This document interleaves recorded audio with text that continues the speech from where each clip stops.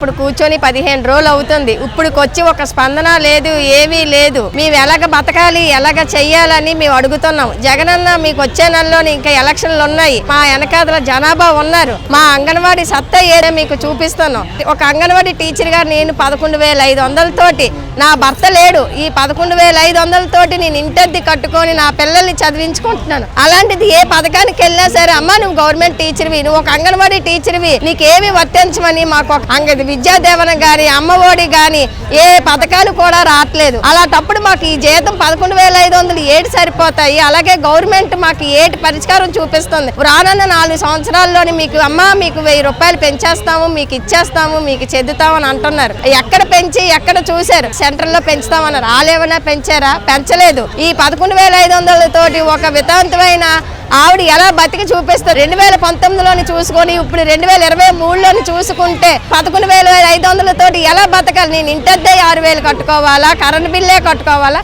నా పిల్లల్నే చదివించుకోవాలా? తర్వాత అలాగే నా పిల్లలకి ఒక తిండి అనేది పెట్టుకోలేక పరిస్థితిలో నేను సమ్మె చేయడానికి 15 రోజులు బట్టి వచ్చి కూర్చున్నాను. నా పిల్లలకి అన్నం పెట్టడానికి కూడా దచ్చత లేకుండా అయిపోయింది.